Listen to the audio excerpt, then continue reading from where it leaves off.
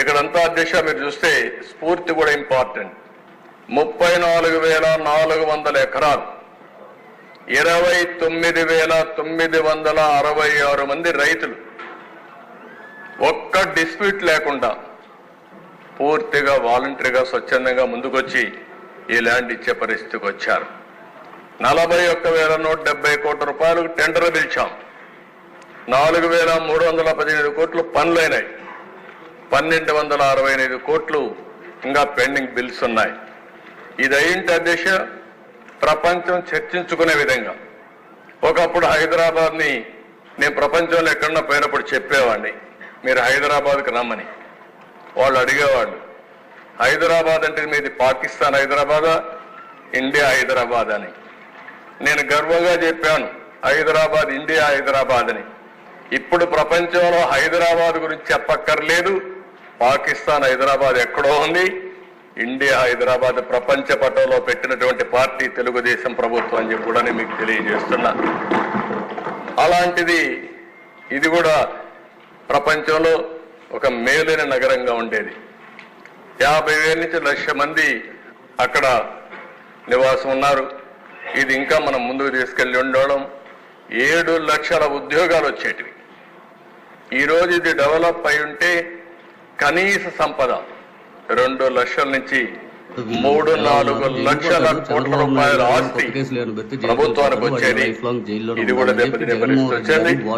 ఓసారి చరిత్ర అమరావతికి పూర్వ వైభవం వస్తుంది. ప్రపంచం మొత్తం చర్చించే రోజు తప్పకుండా తీసుకొస్తామని ఊరికి 10 మంది జగన్ ప్రపంచం 5 సంవత్సరాలు చూస్తారు. Economic growth 13.5%. టాప్ 3లో మందొకటి. ఇంకొక మాటలో చెప్పాలంటే సమానంగా 13.5లోనే మనం ఉన్నాం. అంటే నెంబర్ 1గా చేయగలిగాం. Manufacturing 10% growth, all India 8.4%. Primary sector అంటే వ్యవసాయం అనుబంధం 16% ఇది చేశాం. అందులో కూడా దేశ అక్వాకల్చర్ 29.6% గ్రోత్ వచ్చింది. ఇంకో పక్కన దేశ 7,72,000 మందికి ఉద్యోగాలు వచ్చాయి. ఇంకో పక్కన స్టేట్ ఓన్ రెవెన్యూ గ్రోత్, మన ఆదాయం 13.2% పెరిగింది. దేశంలో second fastest among major states అన్నింటిలో కూడా మంది 2వ రాష్ట్రంగా ముందుకు పోయాం. పర్ క్యాపిటా ఇన్కమ్ గ్రోత్, ఇది అందరికీ చాలా ముఖ్యం. ప్రతి ఒక్కరికి తలసరి ఆదాయం పెరిగినప్పుడే మనం చేసే పనుల యొక్క ఫలితాలు తెలుస్తాయి. ఆ రోజు మనం 13.2% పెంచాం. ఆల్ ఇండియా లెవెల్లో 9.7%. అంటే ఆల్ ఇండియా కంటే మీరు చూస్తే 3.5% తలసరి ఆదాయం పెంచిన రాష్ట్రం మన రాష్ట్రం. ఆ రోజు తెలంగాణ కంటే కూడా ఆల్ పారామీటర్స్ లో మనం ముందుకు పోతున్నాం. తెలంగాణ ఎందుకంటే బెస్ట్ ఎకో సిస్టమ్ ఉంది, ఆటో పైలట్ లో ఉంది, వాళ్ళు ఎవరు డిస్టర్బ్ చేయలేదు. మనం దాంతో సమానంగా పోవాలని ఉద్దేశంతో వెళ్ళాం. స్ట్రాంగ్ ఫౌండేషన్ వేసాం. నెక్స్ట్ అక్కడి నుంచి దిశ అది గత చరిత్ర 19 ప్రారంభమైంది. మీరే చూస్తారు, దాచితే కూడా దాచలేము. అలాంటి ఫిగర్స్ అన్ని మీరు చూస్తే చాలా అధ్వానమైన పరిస్థితిలోకి వచ్చాం. నెక్స్ట్ ఇక్కడ మీరు చూసినప్పుడు decline in agriculture, service sector. ఈరోజు ఇక్కడ మీరు చూసినప్పుడు వ్యవసాయం 16% CAGR పెరిగితే ఇక్కడికి వచ్చే కొద్దికి 10.3%. అంటే 5.7% వ్యవసాయ గ్రోత్ రేట్ తగ్గిపోయింది 5 ఏళ్లలో. 5.7% అంటే రైతులకు ఎంత ఆదాయం తగ్గింది, రైతులకు ఏ విధంగా అప్పులు పెరిగాయి, దీన్ని బట్టే మనకు అర్థమవుతుంది. నువ్వు కూర్చో.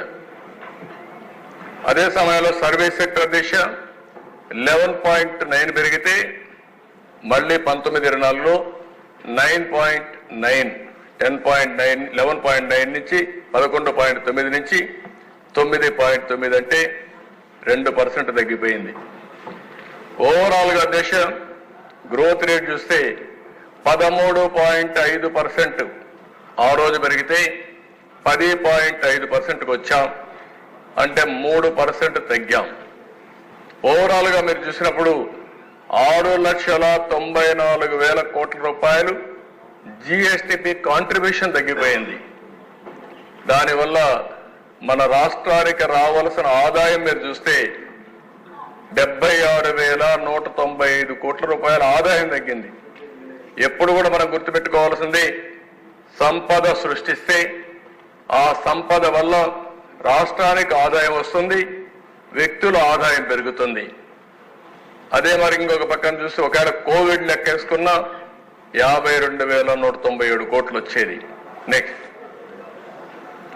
ఇక్కడ కొన్ని విషయాలు మీరు చూస్తే అధ్యక్ష, ఎందుకు ఇది జరిగిందని చూసినప్పుడు power cost due to short term power purchase ఒక్క దాంట్లోనే 12,250 కోట్లు అదనపు భద్రత పడే పరిస్థితి వచ్చింది. ఒక్క ఇల్లీగల్ శాండ్లో అంటే ఇష్టానుసారంగా అమ్ముకున్న దాంట్లో ఒక 7,000 కోట్ల రూపాయలు రాష్ట్రానికి నష్టం వచ్చింది. అదే మరి మినరల్ వెల్త్ 9,750 కోట్ల రూపాయలు నష్టం వచ్చింది. ఇంకొక పక్కన అధ్యక్ష మ్యాంగ్రోవ్ ఫారెస్ట్ కాకినాడ, దాన్ని కూడా డెస్ట్రాయ్ చేశారు. దాన్ని డెస్ట్రాయ్ చేస్తే ఎన్జిటి 5 కోట్ల పెనాల్టీ వేశారు. దీనివల్ల ఒక పక్క అమరావతి, ఒక పక్క పోలవరం, ఒక పక్క పవర్ సెక్టర్, ఇంకొక పక్క ఇండస్ట్రీస్ అన్నింటిని పంపించేయడం, దీనివల్ల పెట్టుబడులు పెట్టే వ్యక్తుల్లో నమ్మకం పోయే పరిస్థితి వచ్చింది. ఇంకొక పక్కన దేశం ఒక్క పవర్ సెక్టర్ లో మనం చూస్తే కరెంటు ఛార్జీలు పెంచిన తర్వాత వీళ్ళు చేసిన అవకతవకల వల్ల 1,29,000 కోట్ల రూపాయలు ఒక్క విద్యుత్ శక్తిలో బకాయిలు పడే పరిస్థితికి వచ్చాం. ఒక్క పవర్ సెక్టర్ లోనే 1,29,000 కోట్లు.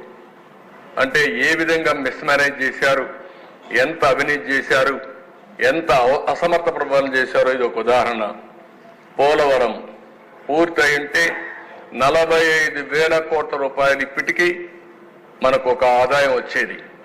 అంటే ఇది కాకుండా మీరు ఒకసారి చూస్తే ఒక్క డ్యామేజెస్ లేకుంటే ఇప్పుడు అదనపు ఖర్చు 4,900 కోట్లు అవుతుంది. ఏదైతే ఐడిల్ పవర్ గాని వచ్చుంటే 3,000 కోట్ల రూపాయలు ఇప్పటికే ఆదాయం వచ్చేది. మొత్తం అన్ని కలిపితే ఒక 55,000 కోట్లు అవుతుంది ఒక్క పోలవరం వల్ల నష్టం. ఇంకో పక్కన దేశం మేజర్ ఇండస్ట్రీ ఒకటి రాలేదు. ఇంకో పక్కన మేము చూస్తే సెంట్రల్ సెక్టర్ స్కీమ్స్ ఏదైతే 6,600 కోట్ల రూపాయలు